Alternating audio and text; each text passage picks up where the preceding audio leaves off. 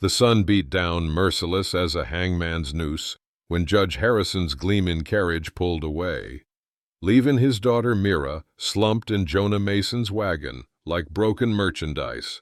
"She won't last a month," the judge had sneered, pocketing the payment for his own flesh and blood. "Figured you'd want the wine and milk more'n the burden." Jonah's weathered face betrayed nothing, but his scarred hands gripped the reins tight enough to whiten knuckles. The girl hadn't raised her eyes once. Curved spine and silent breaths, her only signs of life. What the high and mighty judge couldn't reckon was how a broken girl might find her strength in the quiet of an honest ranch, or how a battle-scarred rancher might recognize worth where others saw only weakness, or how yellowed documents in a forgotten trunk might just cut deeper than any gun when justice comes calling. Y'all ready to witness a spine of steel grow where others saw only bent bones? Drop your thoughts below, mark this tale with your icon, and ride along as we discover what happens when dignity stands tall against those who'd break it. The noon sun hammered down like God's own judgment when Judge Harrison completed the transaction, counting coins into Jonah Mason's calloused palm while purposely avoiding his daughter's hunched form in the wagon bed. "She won't last the season," the judge said, voice pitched just loud enough for Mira to hear. "Figured you'd want the Bordeaux and fresh milk more'n the burden of keeping her." His polished boots gleamed in the harsh light, a stark contrast to the dust covering everything else in this forsaken stretch of territory. Jonah's weathered face remained unreadable, the scars cutting across his left cheek pulling tight as he pocketed the payment. His eyes, though, they flicked briefly to Mira, assessing not with pity but something closer to recognition. "She's got her mother's dark hair," the judge added, an afterthought that carried more sentiment than anything else he'd said about his daughter. "Shame she got the twisted spine to go with it." He climbed into his carriage without a backward glance, the driver snapping the reins toward town where the judge's reputation remained untarnished by the truth of his private cruelties. Mira kept her eyes fixed on her hands, twisted together in her lap like the spine that had made her worthless in her father's eyes. 18 years of being reminded she was a burden, a mistake, something to be hidden away and eventually discarded. Now the discarding was complete, traded for wine and milk to a scarred rancher who might be kinder or crueler than her father. There was no way to know. The wagon creaked as Jonah climbed up, settling his lean frame on the seat without looking back at her. "It's an hour to the ranch," he said, voice rough as gravel. "Ain't much, but it's quiet." The first words he'd spoken directly to her, and they held no command, no disgust, just simple fact. The wagon lurched forward, each bump sending pain shooting through Mira's crooked back. She'd learned long ago to keep such pain silent. Sounds of suffering only brought more suffering in the judge's house. The landscape rolled by, harsh and beautiful in equal measure, scrubby trees clinging to life, distant mountains standing proud against the sky, dust devils dancing across the flats, all things Mira had rarely seen, kept inside as she was, a shameful secret. When they finally arrived, the ranch spread before them, modest but well kept. A small cabin with smoke curling from the chimney. A barn weathered gray by sun and seasons. Chickens scratching in the yard. Not the judge's grand house with its polished banisters and closed curtains, but something altogether different. Jonah helped her down without comment on her slowness or the way her body twisted against her will. He simply waited, hand extended but not insistent, until she managed on her own terms. "Got a room fixed for you," he said, leading her to the cabin. Inside was simple, clean plank floors, sturdy furniture, windows open to the breeze. He showed her to a small but neat room at the back.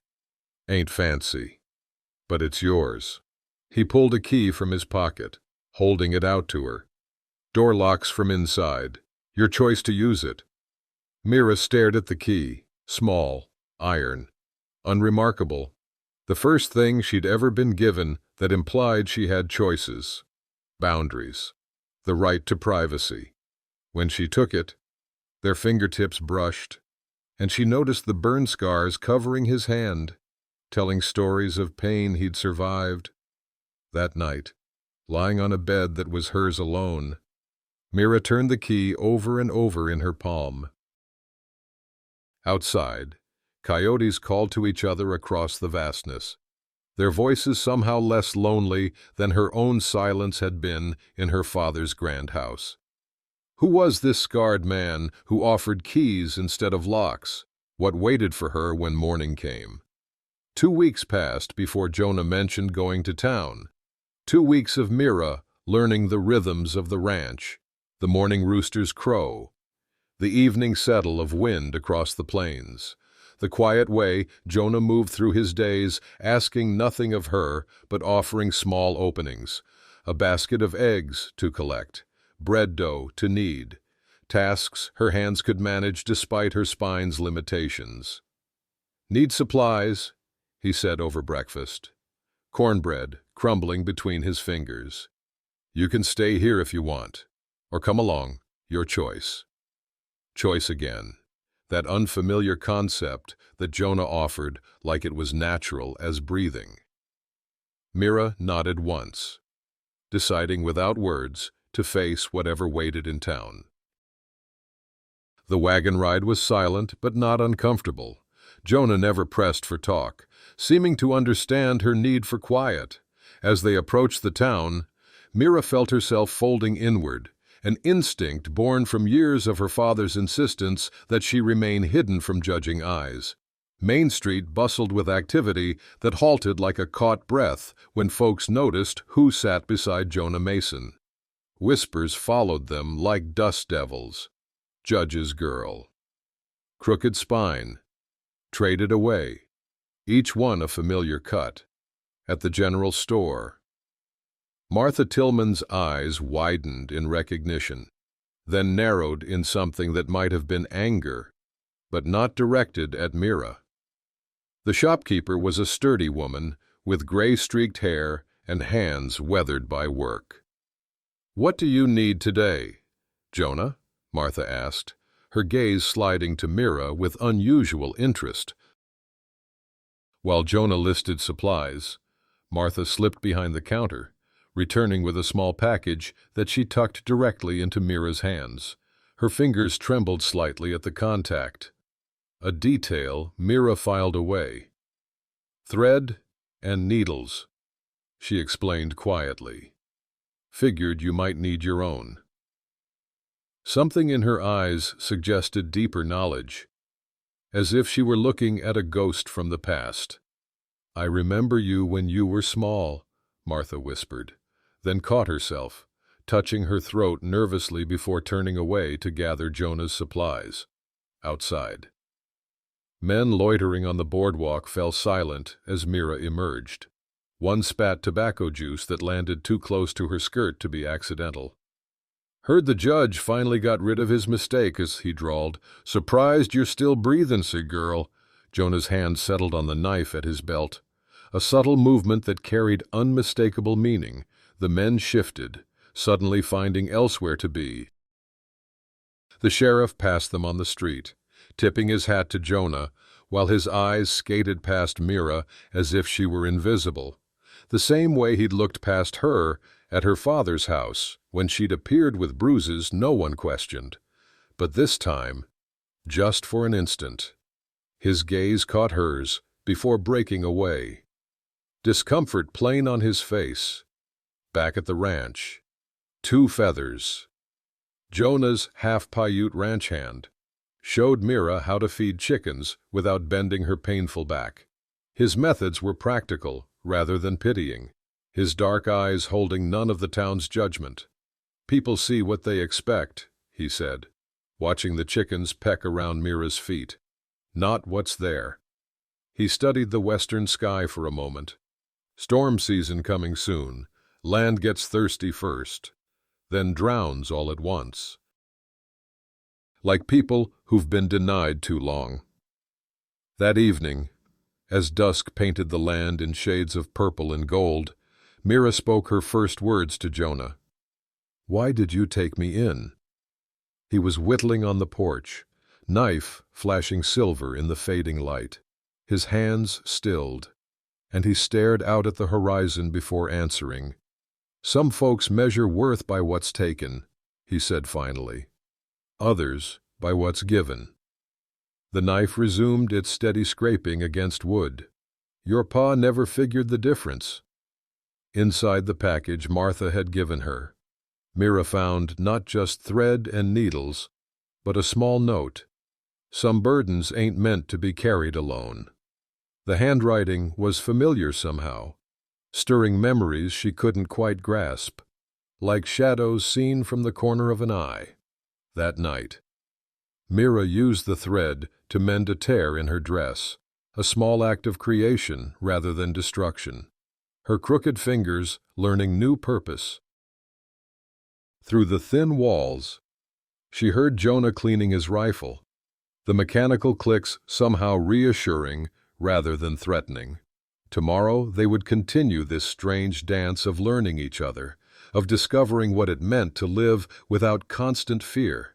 But tonight, with her door locked from the inside by her own choice, Mira allowed herself to wonder if this scarred, quiet man might be the first person since her mother to see her as more than a burden to be endured. A month into her new life, Mira had established small routines that felt like reclaiming pieces of herself. Mornings spent feeding chickens, afternoons helping with whatever tasks she could manage, evenings sitting on the porch watching the sun paint farewell across the sky. When Jonah mentioned needing the storage room cleared, she took to the task with quiet determination. The room held years of accumulated life, tools, saddles, crates of supplies, and a large trunk pushed against the back wall. Dust motes danced in shafts of sunlight as Mira worked methodically, her curved spine aching but her mind peaceful in the rhythm of useful work.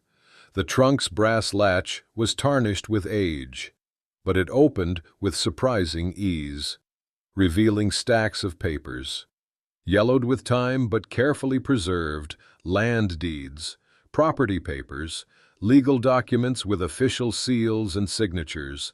Mira's fingers, accustomed to hiding rather than seeking, traced the formal language with newfound curiosity.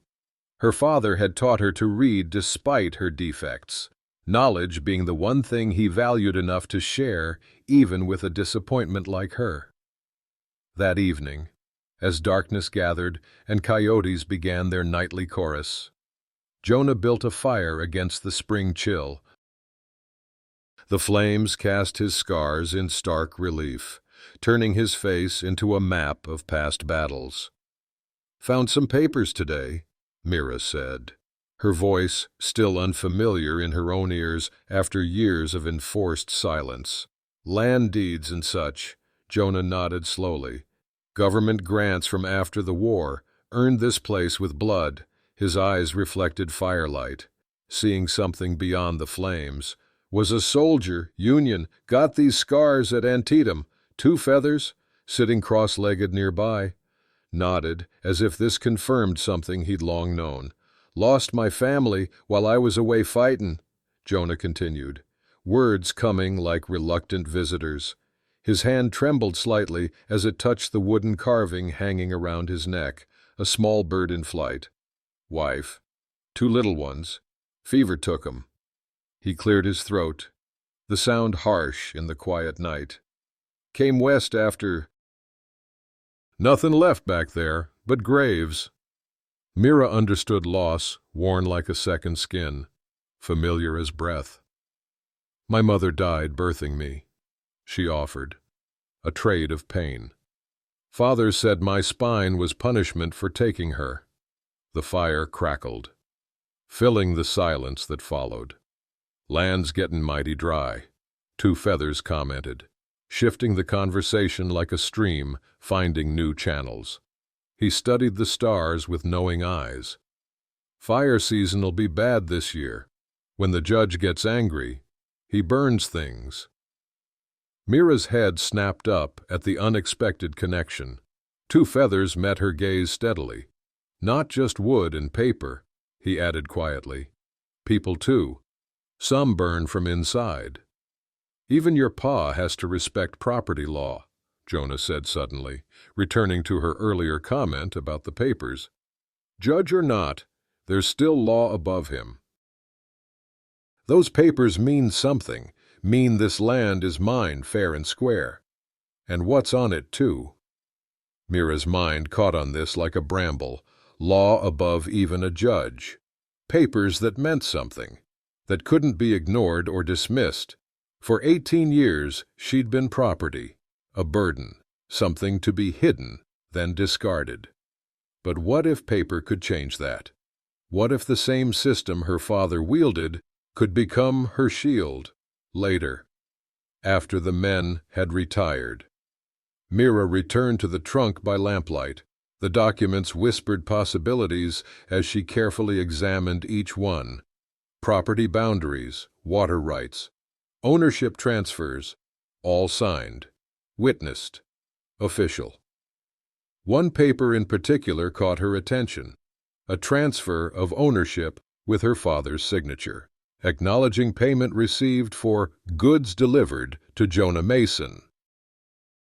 The judge, meticulous in his legal dealings even when trading away his daughter, had created a paper trail that might now protect her.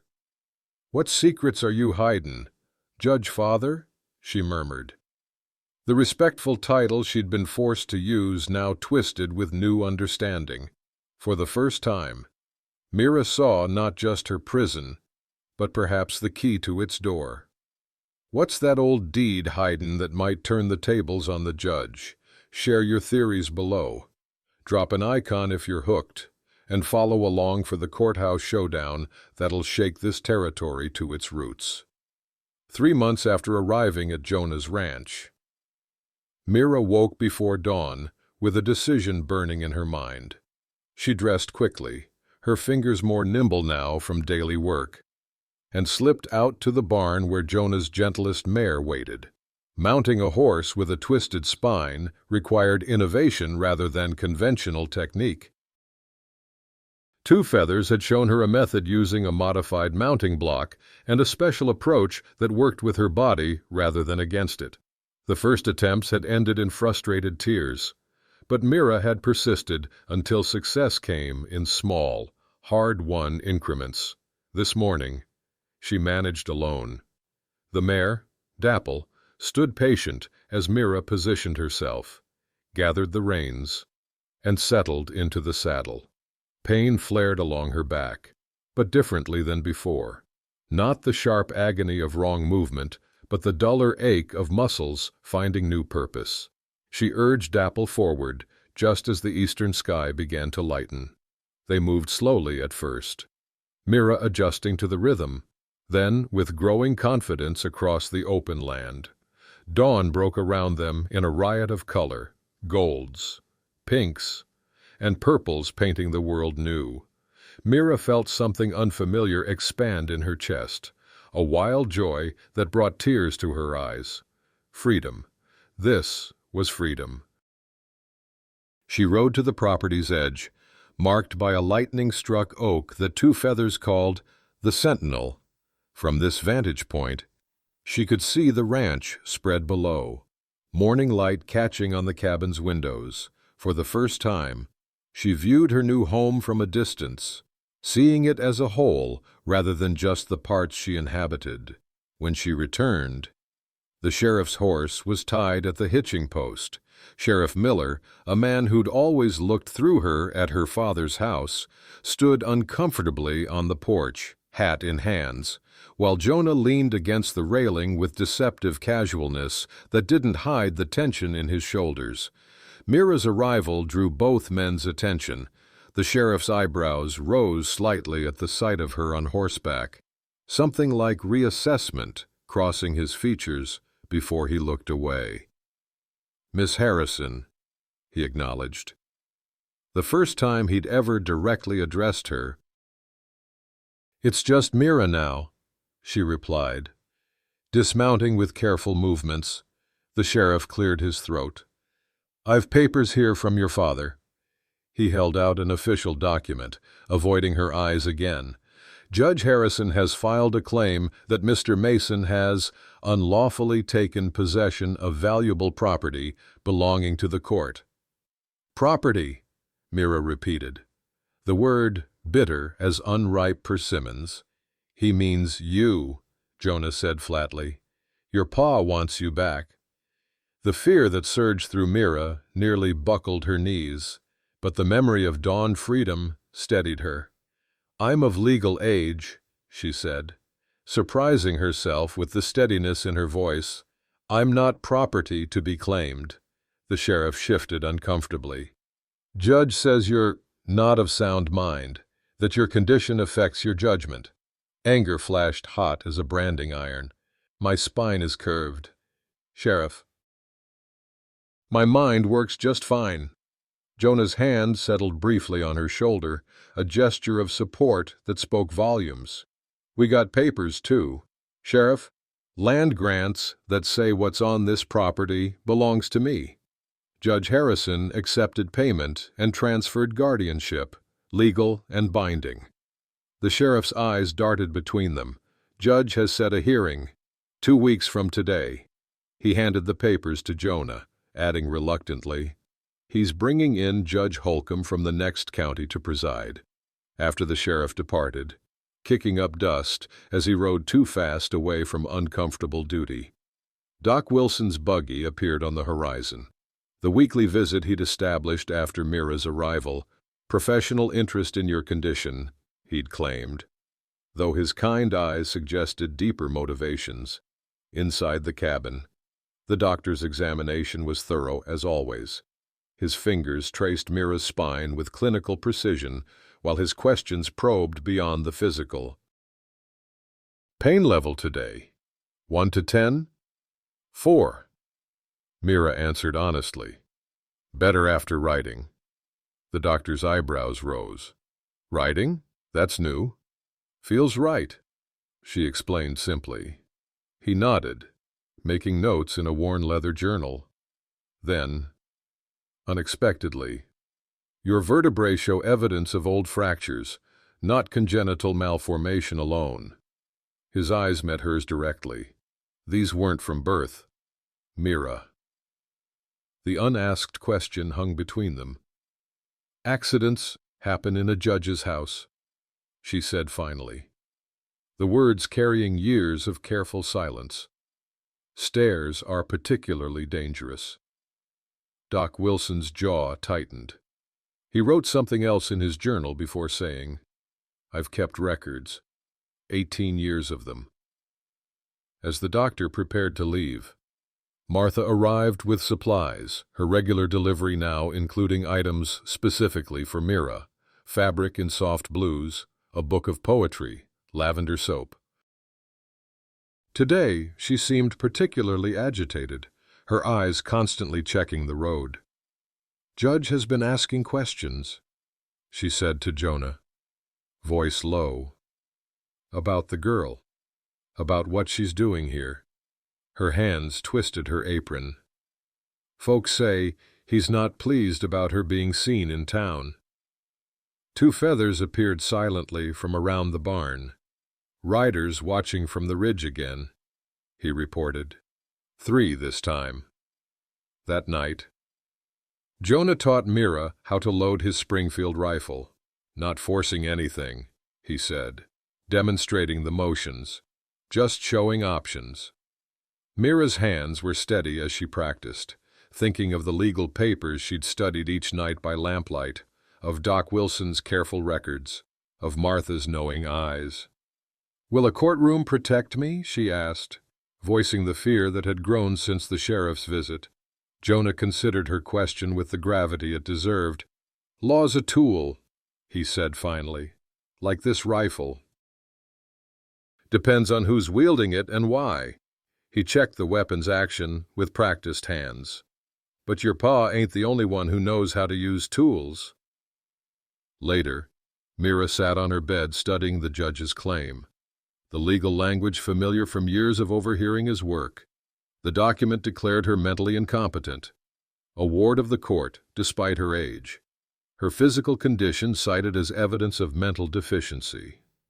She thought of her ride at dawn, of the decisions she'd made each day since arriving, of her mind, the one part of herself that had always been clear and strong, even when her body wasn't. A plan began to form, built from the legal documents in the trunk, Doc Wilson's medical records, and the simple truth of who she was. Not property, not burden, not mistake. The law was coming for Mira again, but this time, she wasn't facing it alone. The courthouse loomed against the morning sky, its red brick facade and white columns a monument to order in the midst of frontier chaos. Mira had passed it 100 times in her father's carriage, always with curtains drawn to hide her from public view. Now she approached it openly, Jonah, a steady presence beside her, 2 feathers following with the wagon. Every step toward those imposing doors felt like a declaration. Mira had spent the 2 weeks since the sheriff's visit preparing, studying legal precedents in books Jonah had borrowed from Doc Wilson, practicing what she would say, strengthening both her arguments and her resolve. Inside, the courtroom buzzed with whispers that fell to stunned silence as she entered.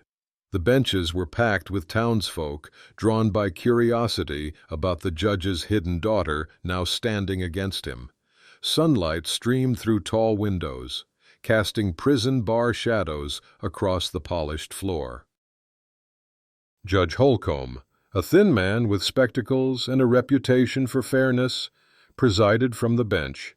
Beside him sat her father, not as judge today, but as plaintiff. Judge Harrison straightened his brocade vest, his habitual gesture before delivering punishment, and looked at Mira as if she were a particularly disappointing legal brief. "Case of Harrison versus Mason," the clerk announced, concerning guardianship of Mira Harrison, deemed mentally incompetent and unlawfully removed from her father's care. Mira felt the weight of every eye in the room. In her father's house, being seen had always preceded being punished. She forced herself to stand as straight as her curved spine allowed, focusing on Jonah's quiet presence beside her. Judge Holcomb peered over his spectacles. "Mr. Mason, you are accused of taking possession of Judge Harrison's daughter without legal right. How do you respond?" Jonah stepped forward. "Your Honor, I didn't take anything that wasn't freely given. I have documents signed by Judge Harrison himself, transferring guardianship in exchange for payment received." The clerk accepted the papers, delivering them to Judge Holcomb, who examined them carefully before passing them to Judge Harrison. Her father's face remained impassive, but Mira caught the slight tightening around his eyes that always preceded his cold anger. "These documents refer to goods delivered, not a person," Judge Harrison said smoothly. "Mr. Mason purchased provisions from my household. My daughter, who is mentally deficient due to her physical condition, apparently wandered off with him afterward. I seek only her safe return to proper care." The practiced lie rolled off his tongue with the ease of a man accustomed to having his word accepted as law. Mira felt a familiar shrinking inside, the automatic response to her father's authority. Then she remembered the dawn ride, the key to her own room, the growing strength in her once silenced voice. "Your Honor," she said, stepping forward, The sound of her voice in the public chamber seemed to startle everyone, including Judge Harrison, whose eyebrows rose fractionally. "I wish to speak on my own behalf." Judge Holcomb studied her with surprise.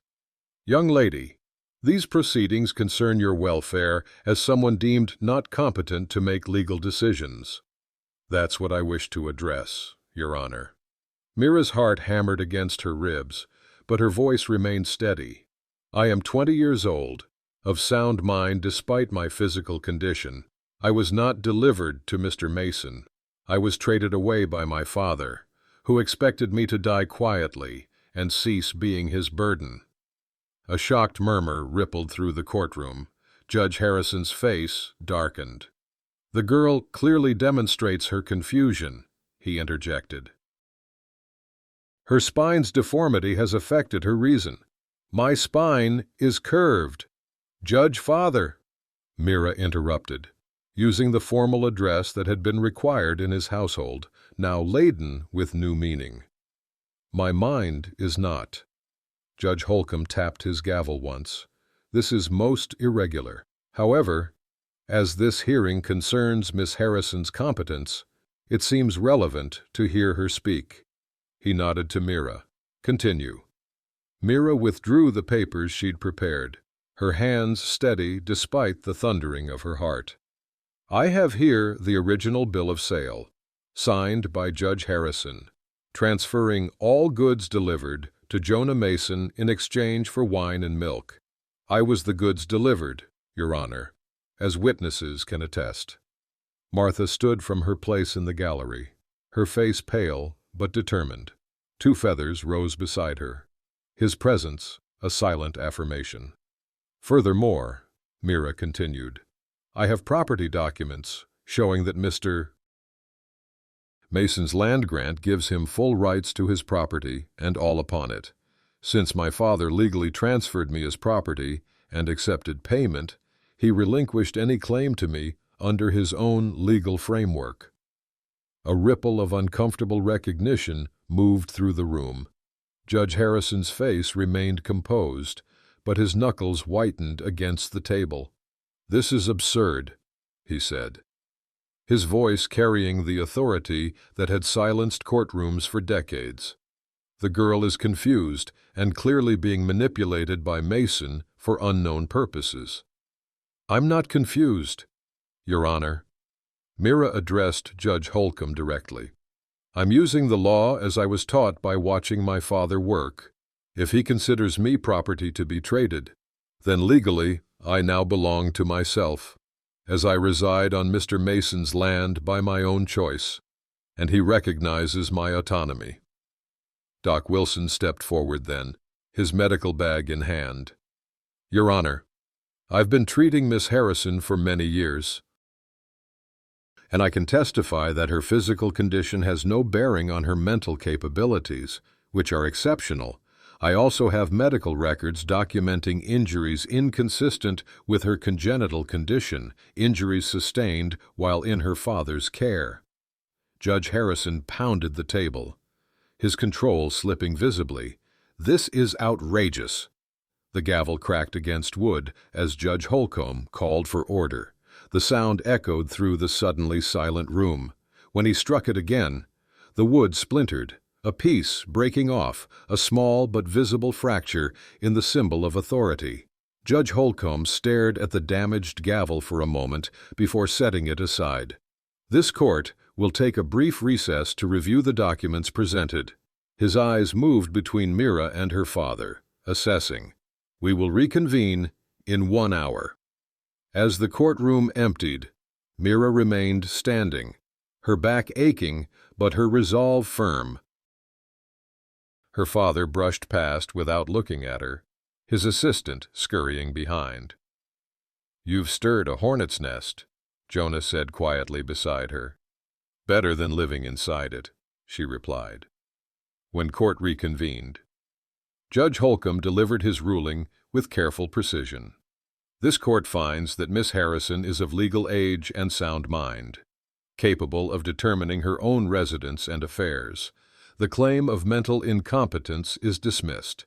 He looked directly at Judge Harrison. The transaction between Judge Harrison and Mr. Mason, however irregular, does establish that Judge Harrison voluntarily relinquished guardianship. Miss Harrison is free to remain where she chooses. Relief washed through Mira like a flash flood, powerful enough to nearly buckle her knees beside her. Jonah's posture relaxed fractionally, the only sign of his own tension releasing. As they left the courthouse, stepping into the harsh sunlight of midday, Mira felt the weight of her father's gaze following them. When she turned to look, his eyes burned with a cold fury she recognized all too well. The public mask had slipped, revealing the private face she had known all her life. Judge Harrison straightened his vest one final time before turning to his waiting carriage. "This isn't finished," he said, just loud enough for her to hear. Mira watched him go, knowing with bone-deep certainty that he was right. The law had protected her today, but her father had never been constrained by law when it came to private matters. The victory felt real, but incomplete, like a snake scotched but not killed.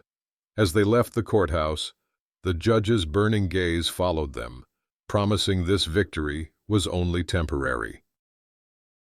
A week after the courthouse triumph, rain fell in sheets across the territory, turning the main street to mud and washing away the last of the season's dust. Mira huddled beneath the overhang of Martha's store, having slipped away from Jonah's side to speak with the shopkeeper privately. Questions had plagued her since the trial, about Martha's knowing looks, her trembling hands, her unexpected support. "You knew my mother," Mira said. Not a question, but a statement, as Martha appeared beside her, watching the rain. Martha's fingers went to her throat, touching an invisible collar, a nervous habit Mira had noticed before. "I did," she admitted quietly. "And you, when you were small, before my spine curved completely, before I became his shame." Martha's eyes glistened, whether from rain or tears, Mira couldn't tell. "Come with me," she said, gesturing to the narrow alley beside the store.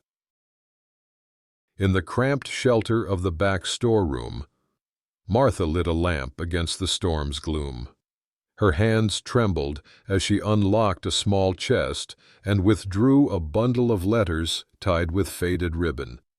"I was your mother's lady's maid before she married the judge," Martha said, her voice barely audible above the drumming rain. "Stayed on after, until," she swallowed hard, "until she died birthing you." The revelation settled in Mira like a stone dropped in still water, ripples spreading outward. "You were there," Martha nodded, her fingers now working the fabric of her apron. "The judge, he changed after, blamed you, blamed everyone. I stayed as long as I could, looking after you, but when your spine began to curve," her voice broke, "he said it was God's judgment, visible for all to see. That's when he started keeping you hidden." "And you left," Mira said, no accusation in her tone, just understanding. "I couldn't bear to watch what he was doing to you." Martha's confession spilled out like the rain outside, years of carried guilt finding release. The way he'd lock you away, speak to you like you were nothing, and the accidents. "The stairs," Mira whispered. Martha's eyes closed briefly in pain. "I've kept these all these years." She pushed the bundle of letters forward. "Your mother's writings, her thoughts before you were born, how much she wanted you, loved you already." Mira's fingers hesitated above the bundle, almost afraid to touch this connection to a woman she'd never known. "She named you Mira because it meant prosperous, successful in her family's language," Martha continued. "Not a burden, never that."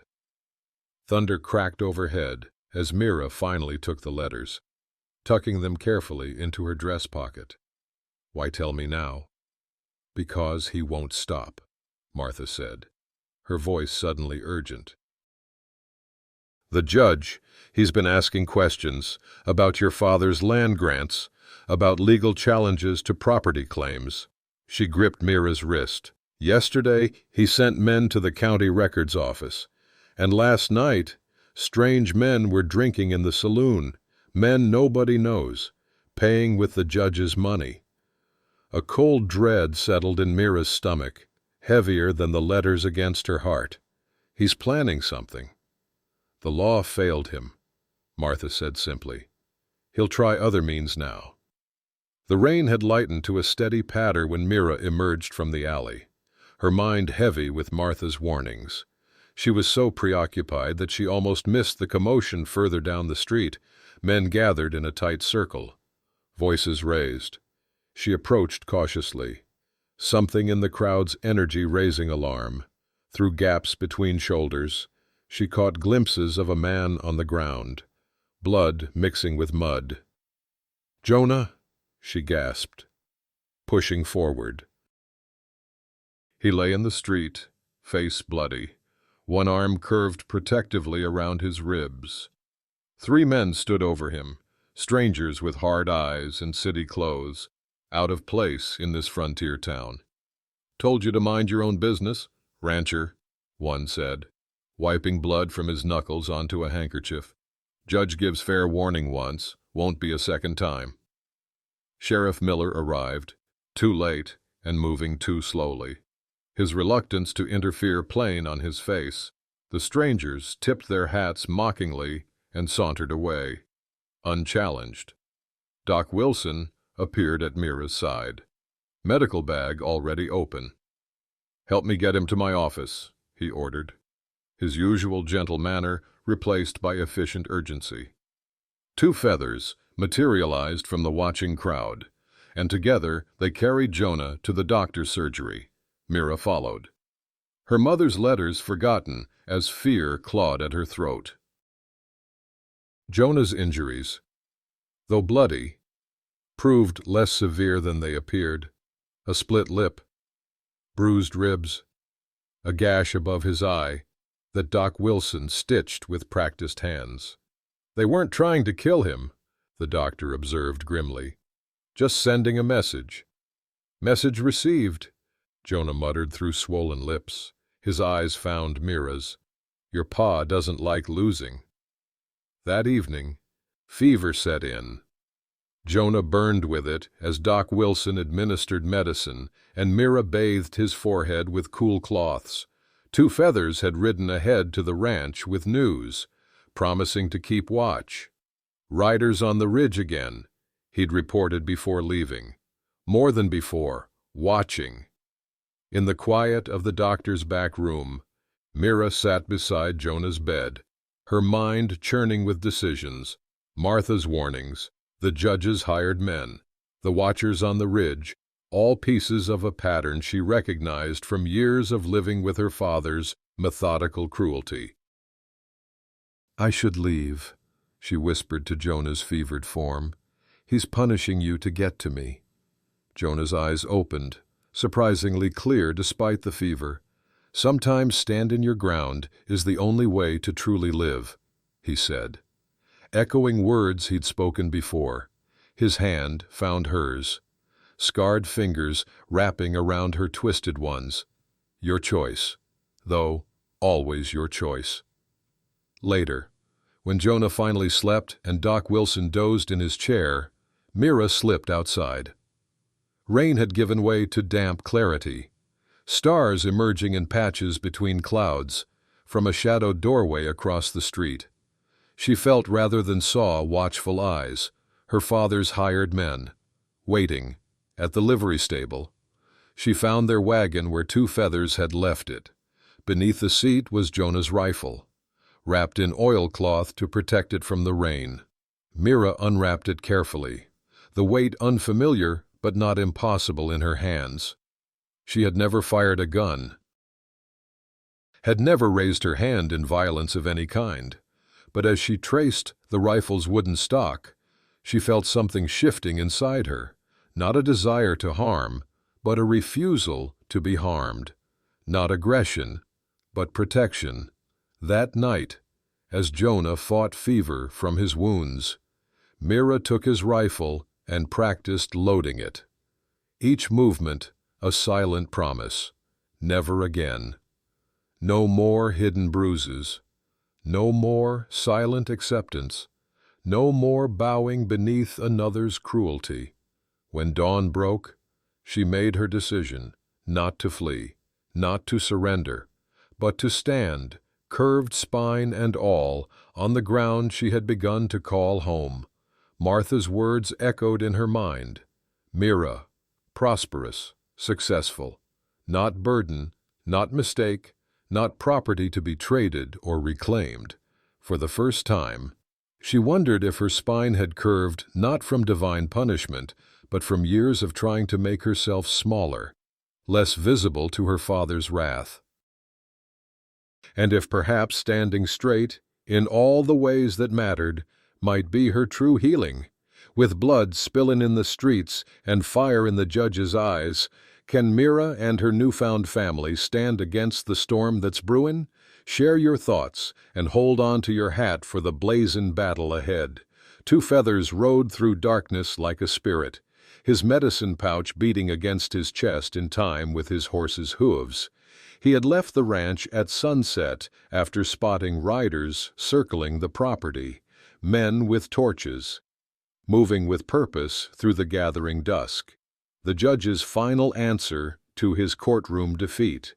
Rain-damp earth muffled his horse's approach to town, allowing him to reach Doc Wilson's surgery unseen. Inside, Jonah sat propped against pillows, his fever broken, but his body still weak. Mira stood at the window, rifle in hand, watching the empty street. "They're coming," Two Feathers announced without preamble. 8 riders, torches. Moving slow but steady, Jonah struggled to rise. "The ranch will burn if we don't get there first." Two Feathers finished. "They're taking their time, drinking courage from bottles. We can beat them if we leave now." Doc Wilson entered from the back room, medical bag already packed.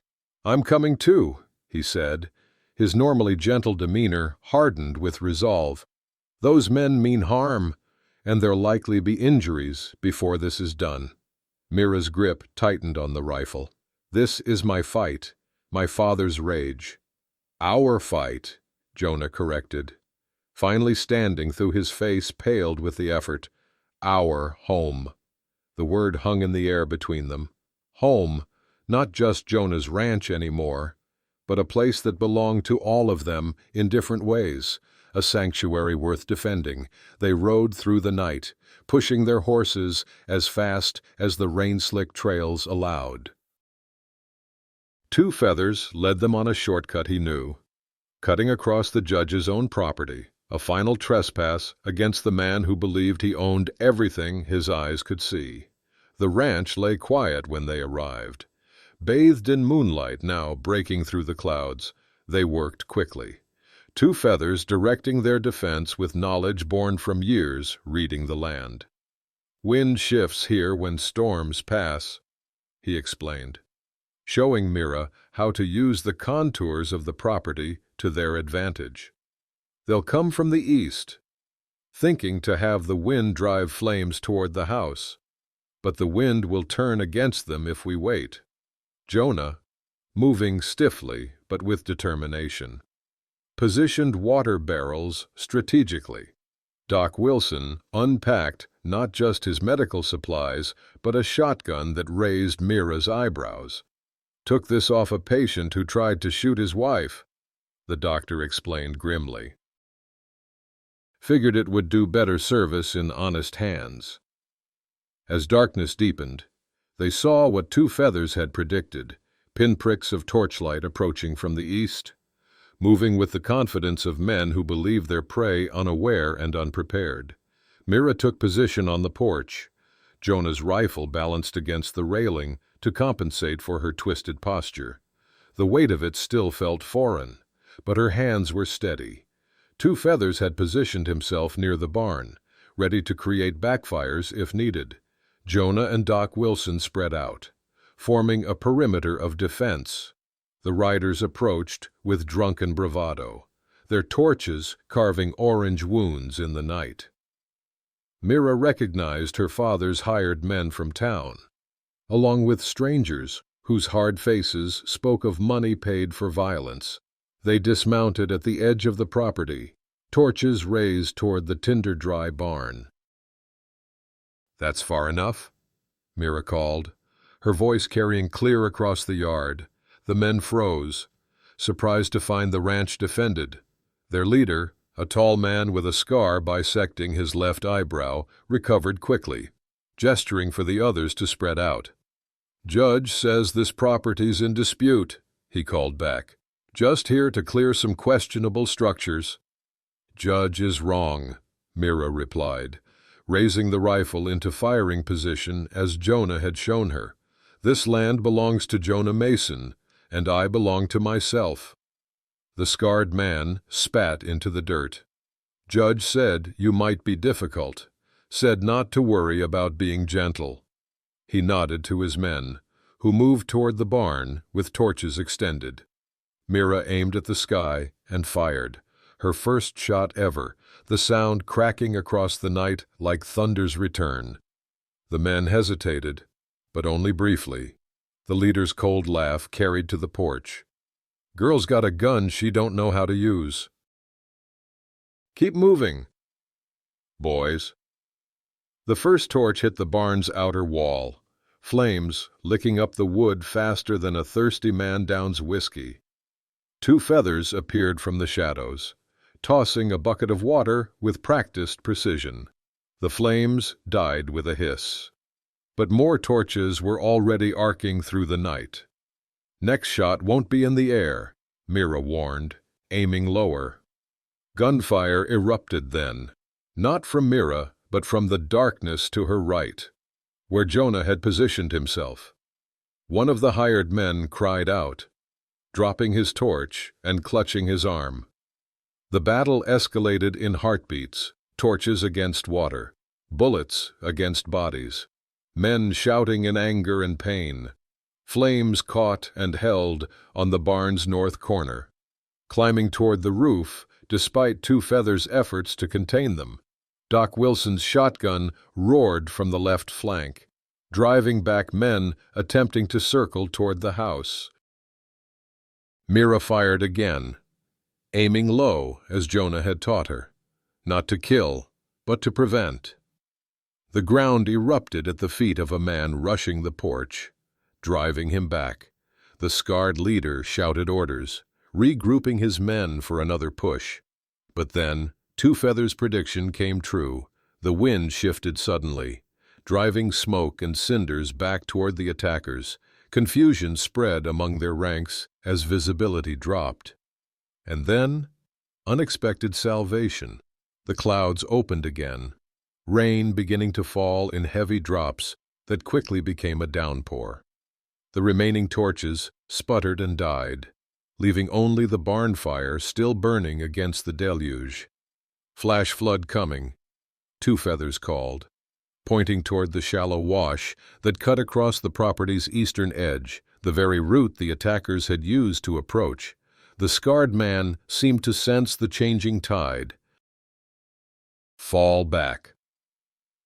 They retreated in disarray, several limping from Jonah's accurate fire, others coughing from smoke. As they mounted their horses, the leader turned back toward the house. "This ain't over." But his words were nearly lost in a new sound, the rushing roar of water surging through the wash. The men spurred their horses frantically, racing the flash flood that Two Feathers had anticipated. Mira watched from the porch as nature accomplished what bullets could not, driving the attackers from the land in panicked flight. The rain fell harder, helping to douse the barn fire, though the north corner remained charred and damaged. When dawn broke hours later, It revealed the night's toll, the partially burned barn, churned mud from horses' hooves, a single bloodstain where one of the attackers had fallen before being dragged away by his companions, but the house stood undamaged, and more importantly, all its defenders were alive. Mira surveyed what they'd saved and lost, her face set with newfound resolve. 2 feathers worked nearby, already assessing how to repair the barn. Doc Wilson tended a graze on Jonah's arm, the only injury among their small band. The rain had stopped, leaving the world washed clean and glistening in the new day's light. "He'll try again," Jonah said quietly, coming to stand beside her. "Men like your pa don't stop when they're thwarted. They just get more determined." Mira nodded, watching as the sun began to dry the rain-soaked earth. "Then we'll be more determined, too." She looked across the property, the land that had become her first true home, the place where she had discovered her own strength. "This land has a name now," she announced, her voice carrying to the others. "Spine Ranch." 2 feathers paused in his work, understanding flickering across his features. Doc Wilson's hands stilled on his medical bag. Jonah's scarred face softened into what might have been the beginning of a smile. "Spine Ranch," he repeated, testing the name. "Fits." As dawn broke over the smoldering remains, Mira felt something shift inside her, a straightening not of her physical form, but of her spirit. Her father had sought to break her, to bend her to his will. Instead, he had forged a spine of steel within her, stronger than the curved one she carried in her body. The judge would come again, she knew, but when he did, he would find not the burden he had discarded, but a woman standing her ground, curved spine and all. The judge arrived at noon the following day, when the sun stood highest and shadows retreated to their smallest forms. Unlike his hired men, he came openly, his polished carriage rolling up the muddy track to Spine Ranch, flanked by the sheriff and 2 deputies. Mira stood on the porch waiting, having spotted the dust of their approach from miles away. Jonah stood beside her, his injuries evident, but his stance unyielding.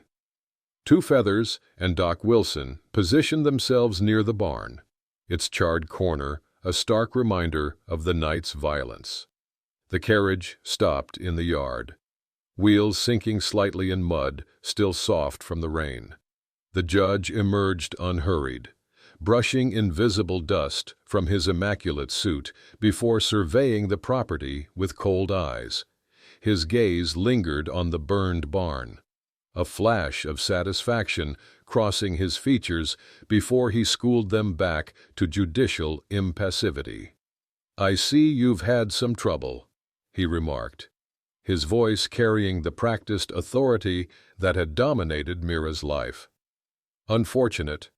The dangers of frontier living." Sheriff Miller looked uncomfortable as he dismounted, his eyes avoiding Mira's. The deputies remained on their horses, hands resting near their weapons. "State your business and leave," Jonah said. His words clipped with barely contained anger. The judge straightened his vest, that familiar gesture that had always preceded punishment in Mira's childhood. "My business, Mr. Mason, is to reclaim what's mine. My daughter requires specialized care that you clearly cannot provide, as evidenced by recent incidents." Before Jonah could respond, movement at the edge of the property caught everyone's attention. Martha approached on foot, her dress mud-spattered from the journey, clutching a leather portfolio to her chest. Behind her came others, 3 townsfolk Mira recognized from the courthouse, walking with purpose toward the confrontation. The judge's eyes narrowed at Martha's appearance. "Mrs. Tillman, this doesn't concern you." "It concerns everyone who's kept silent too long," Martha replied, her voice stronger than Mira had ever heard it. She stepped forward, positioning herself beside Mira on the porch. I've brought the documents you tried to have destroyed at the county office. Birth records, property transfers, records of your transactions." The judge's mask slipped, genuine anger flashing across his features. "You forget yourself, Mrs. Tillman. A shopkeeper should mind her own affairs." "Your daughter is my affair," Martha countered. "Has been since her mother placed her in my arms moments after birth." The judge turned to the sheriff. "Miller, I believe we discussed the legal remedies available. Execute your duty." Sheriff Miller shifted his weight, clearly uncomfortable. His hand moved to his coat pocket, withdrawing not handcuffs but papers. "Actually, Judge Harrison, I've got documents of my own." He unfolded them slowly. "Sworn statements from Doc Wilson about injuries to your daughter over the years. Witness accounts of your men attacking Mr. Mason in town. Reports of last night's arson attempt." The judge's face hardened as he realized the shifting allegiances before him. "You would take the word of a deformed girl and a scarred rancher over mine. I, who have administered justice in this territory for 20 years? You administered something, Judge." Doc Wilson spoke up from near the barn. "But it wasn't justice." For the first time, something like uncertainty flickered in the judge's eyes. He turned to Mira, seeing her anew, not the burden he had discarded, but a woman standing against him, surrounded by allies. "You traded me away expecting silence and death," Mira said, her voice carrying across the yard with a strength that surprised even her. "Instead, I found my voice and my name." The judge's control snapped. He lurched forward, hand reaching inside his coat. "You ungrateful!" Sheriff Miller moved with unexpected speed, stepping between them. "That's enough. Harrison." The absence of the title was deliberate, pointed. "I've got papers here for your arrest on charges of conspiracy to commit arson, assault, and child abuse stretching back years." "This is absurd." "Not anymore," the sheriff replied quietly. "Law works both ways, Your Honor." The judge's hand emerged holding a small derringer. Before he could raise it, Jonah moved, his scarred hand closing over the judge's wrist with the force of a man who had once battled across bloody fields at Antietam. "Not here," Jonah said, his voice low as their eyes met. "Not ever." Something passed between the two men in that moment, an understanding, perhaps, of what it meant to protect rather than control, to value rather than possess. The judge's fingers opened, the gun falling harmlessly to the mud.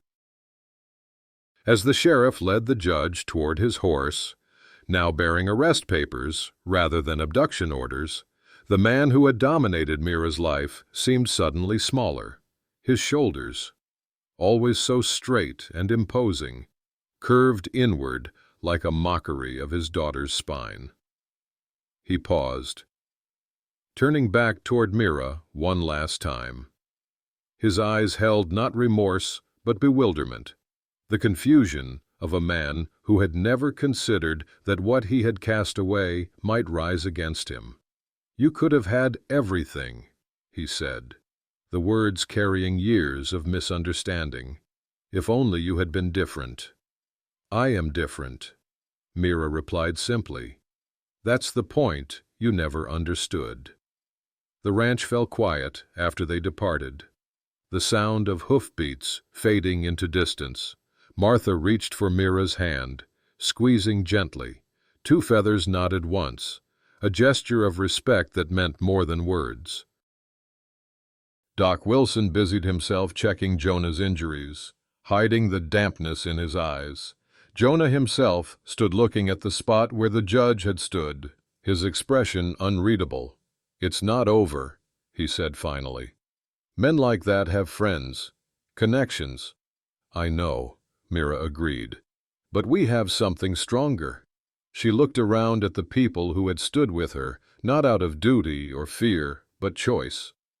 At the land that had offered her not just shelter, but purpose.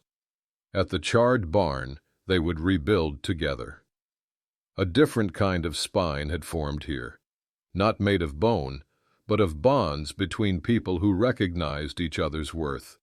Spring painted the ranch in new life, green shoots pushing through blackened earth like hope after despair.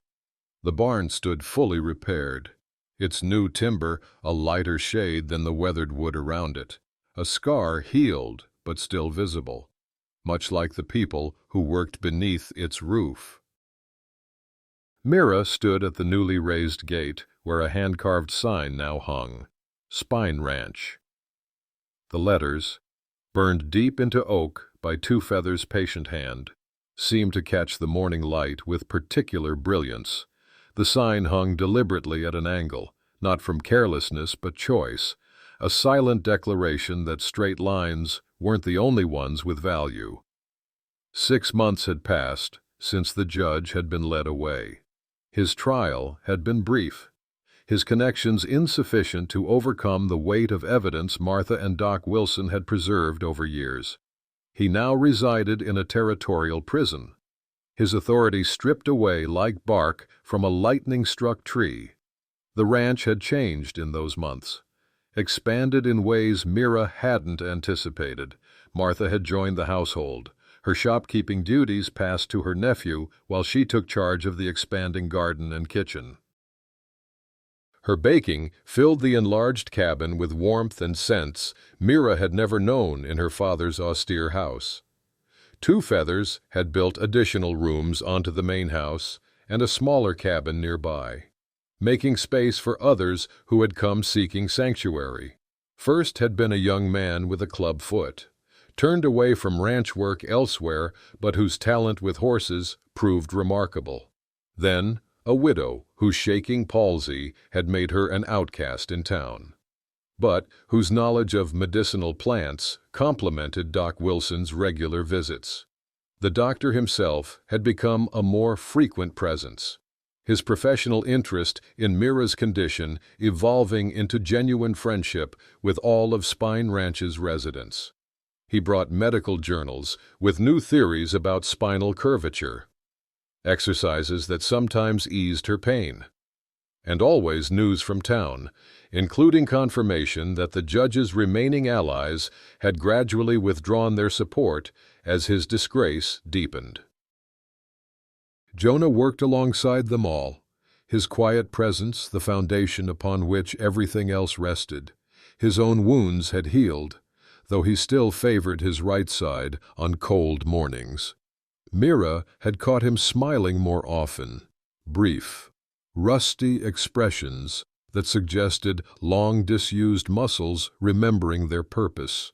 This morning, Mira watched as Doc Wilson's buggy approached, carrying not medical supplies, but a young girl with twisted legs who clutched her mother's hand with anxious anticipation.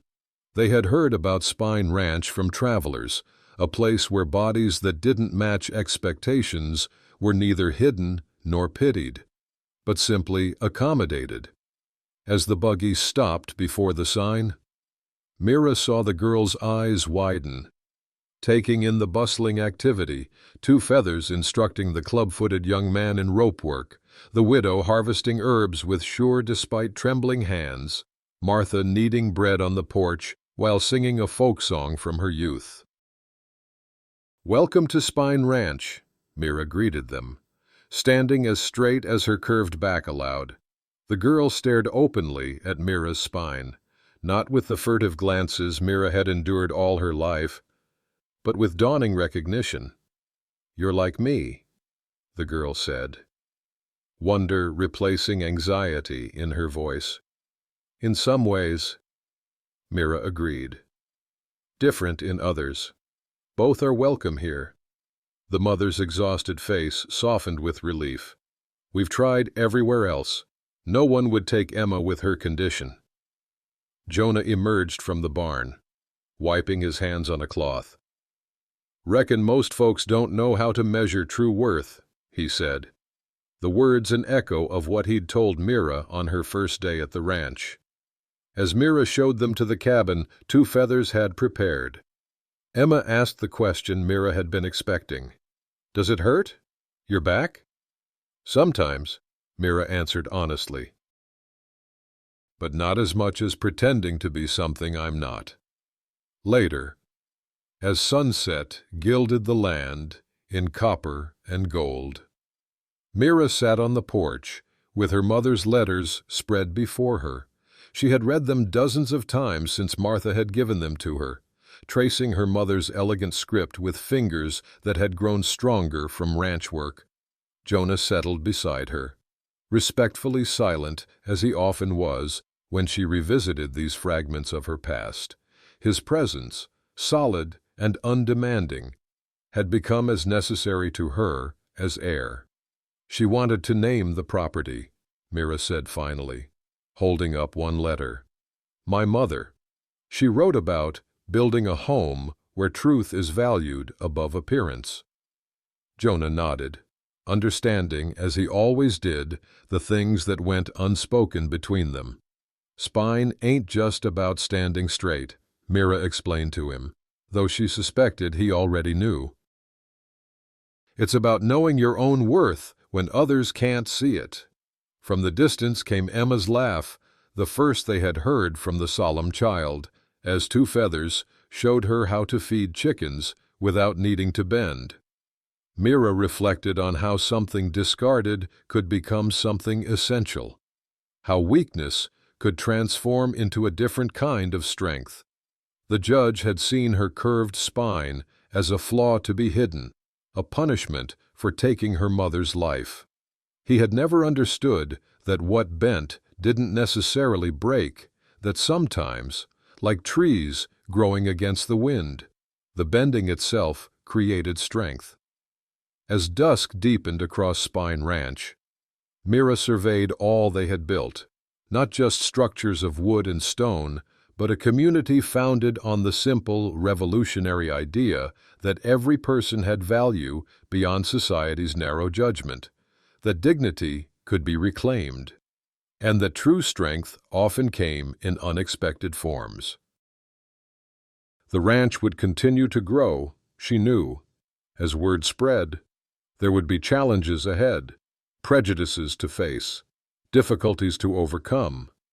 But for the first time in her life, Mira looked to the future without fear. She had found her voice, her name, her purpose, and in doing so, she had discovered what her mother had always known, that a spine wasn't just something that held you up. It was something that defined you, not by its shape, but by its strength. Folks, this tale of Mira and her spine ranch has been wrangling my heart something fierce since I first put pen to paper. There's something raw and true about a soul that society's thrown away, finding not just survival, but triumph. I reckon we all know what it feels like when someone can't see our worth. Maybe not as harsh as Judge Harrison trading away his own flesh and blood. But that sting of being undervalued cuts deep no matter how it comes. What grabbed me most was watching Mira discover that true strength ain't about a straight back or mighty muscles. It's about standing your ground when the whole world tells you to disappear. It's about seeing value in yourself when others see only burden. And Lord knows, it's about finding those rare souls like Jonah who recognize your worth without needing you to be something you ain't. This territory we call life is mighty unforgiving sometimes. Some of us carry our burdens on the inside. Some wear them where all can see. But every one of us has faced that moment of choice between bending to the world's judgment or standing tall in our truth. Curved spine and all. What moves me most about Mira naming her sanctuary Spine Ranch ain't the clever wordplay. It's the bold reclaiming of the very thing that made others cast her aside. There's a powerful lesson there about turning your so-called weaknesses into your greatest strength. Sometimes what the world sees as broken is just bent toward a different kind of wholeness. The judge thought he was discarding a burden, but he was really setting free the very thing that would bring him down, truth that refuses to stay buried, dignity that won't be traded away, and courage that grows strongest in the hearts of those who've known what it means to be truly afraid. I'm much obliged to you for riding this trail with me, for witnessing a discarded daughter rise up to become a powerful protector. If this yarn stirred something in your soul, maybe recognition of your own hidden strength, or memories of those who saw your worth when others didn't, I'd be honored to hear your thoughts. What part of Mira's journey spoke to you? The moment she first stood against her father, the fire she faced to defend her home, or that quiet dawn when she named her ranch and claimed her power? Drop a comment, leave an icon, or follow along for more tales from the untamed territory of the human heart. Every story gains strength in the tellin' and retellin', just like Mira herself.